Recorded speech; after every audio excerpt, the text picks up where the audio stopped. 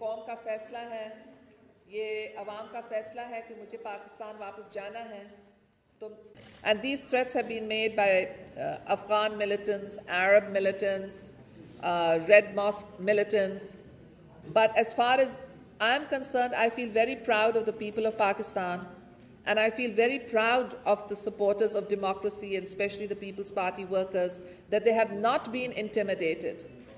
And they have pooled together their resources in little villages, in little towns, in the slums, in dusty homes.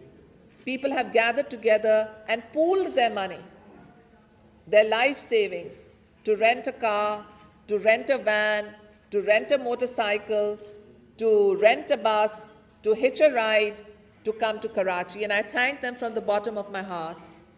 I do not believe that any true Muslim will make an attack on me, because Islam forbids attacks on women. And Muslims know that if they attack a woman, they will burn in hell. So I don't believe that any true Muslim will make an attack on me. And secondly, Islam forbids suicide bombings. So I don't believe that any true Muslim would do that. And if there are any who have been misled, I would hope that their mothers and their parents would reach out to them and tell them that the way to bring change is not through violence. The way to bring change is not through death and destruction. Because every time a child dies, it's the parents who bury that child and grieve for that child. I would like to reach out to all the people of Pakistan to tell them that we don't have to agree on everything, but we must agree that we will resolve our differences peacefully and politically. We will resolve our differences by going to the people in an election and letting people decide the policies they want. But as far as I'm concerned, I feel very proud of the people of Pakistan, and I feel that any true Muslim would do that.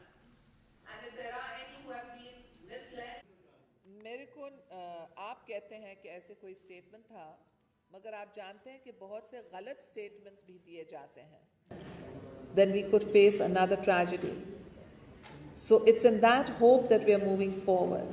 But as you rightly point out, that there are very powerful forces that have benefited from military intervention.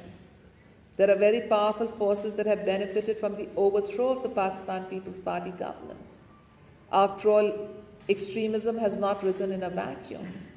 If the extremists are so strong today that they can kill the members of the armed forces in the tribal areas, attack in Mangla, Mess, attack in ISI bus, take 250 members of our armed forces hostage, then it means there's a very serious threat. It's Pakistan that's under attack, it's the army that's under attack, it's the people who are under attack. And here I would like to praise those valiant soldiers who lost their lives in defending our motherland from a militant takeover.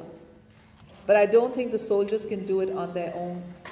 I think it's very important for us to win the battle of the hearts and the minds.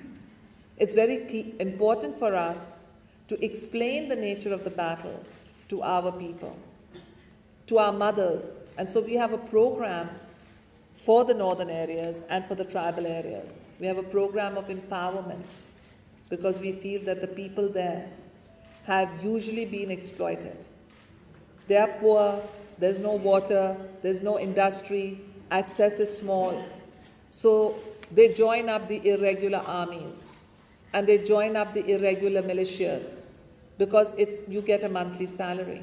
It might not be the type of job you want, but you don't have an alternative. Even the little children who are given over to the madrasas, they're 10 to 12 years old when they go. And by the time they finish, where else can they go? They're caught up in a system. So to save Pakistan, we really need to build schools so children have a proper education. We need to reach the minds of the mothers and the fathers and we need to give them reasons to live. We need to tell them, even if they have different views, that there are legitimate means of expressing dissent. And this is not America's war. This is the war of the second largest Muslim nation,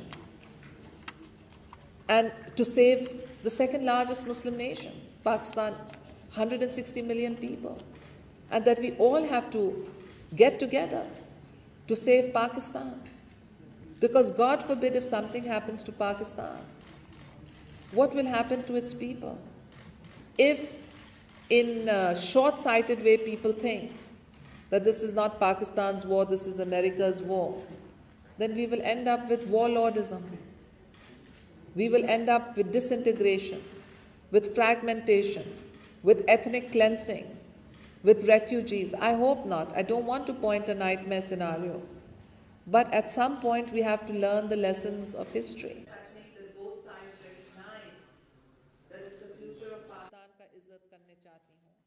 जो मेरे साथ हैं और मेरे साथ नहीं हैं, मैं समझती हूँ कि हमारे पॉलिटिक्स के अंदर